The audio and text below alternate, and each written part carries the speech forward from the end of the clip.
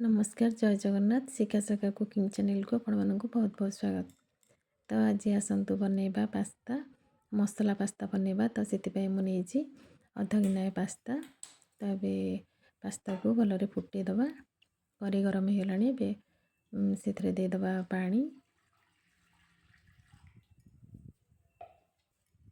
पानी फुटी आसला बेलू देदबा पास्ता से स्वाद अनुसार लुण देदबा। तापर रिफाइन तेल देदबा देगी ताको हाई फ्लेम रे एबे ताको फुटिया पई छाड़दवा भलरे।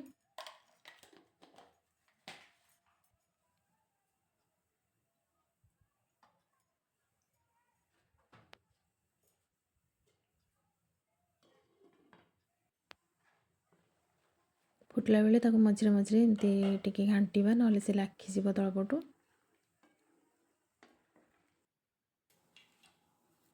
पास्ता एबे सिझला भितरे तापर एबे टमाटो पियाज कैप्सिकम धनिया पत्र कंचा लंका गोटे नेजी ताको एबे भलरे धोईकी तापर सब काटी दबा भलरे।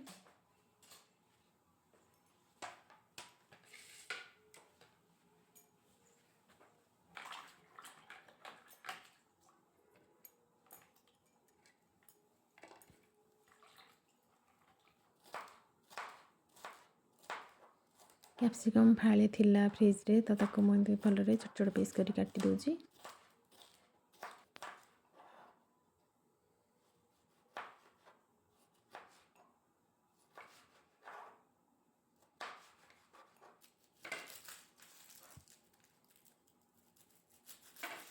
मसला पास्ता पई जहाँ जहाँ दरकार तो ताको एबे सब काटिकी गोटे प्लेट रे रखिदा भलरे।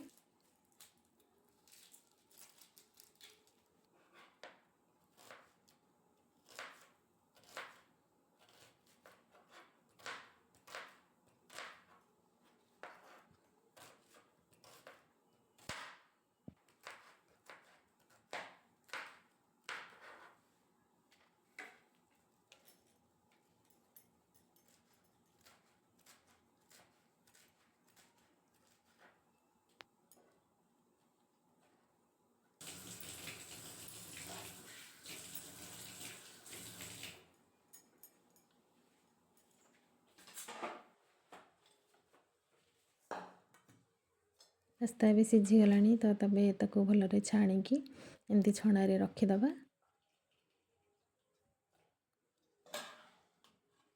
छाणी सारा पर टिके ठंडा पानी ताको भलरे टिके धोईदबा नले तार जो पेज अंश भाया टिके थिबो तो भल लागिबनी जाऊ जाऊ हे जिवो।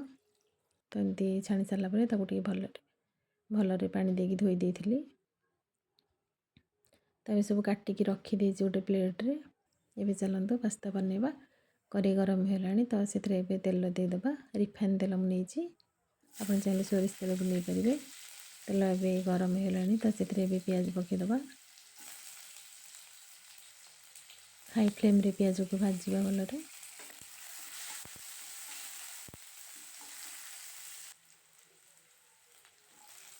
तापर एबे कैप्सिकम को पकेदबा। तापर एबे कंचा लंका को पकेदबा भलरे। तो टिके समय एमती भाजीबा ताको। तापर एबे टमाटो देदबा।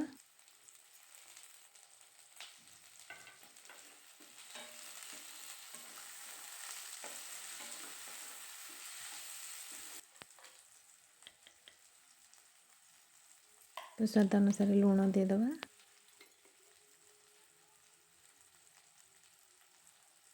तापर देदबा टमाटो सॉस चिली सॉस।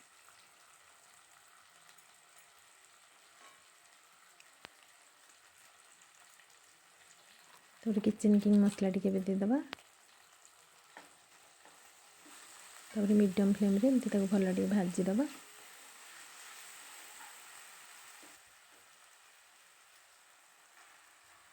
तापर पास्ता को जो छाणी की रखिले ताको एबे सेथरे देदबा। दे सारा पर ताको टिके एमती भलरे घांटी दबा।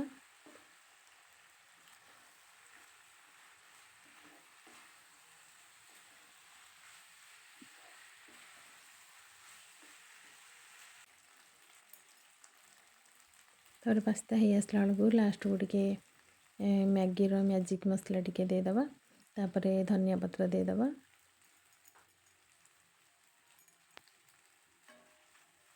तो ଏବେ ମୋର ମସଲା ପାସ୍ତା ପୁରା ରେଡ଼ି।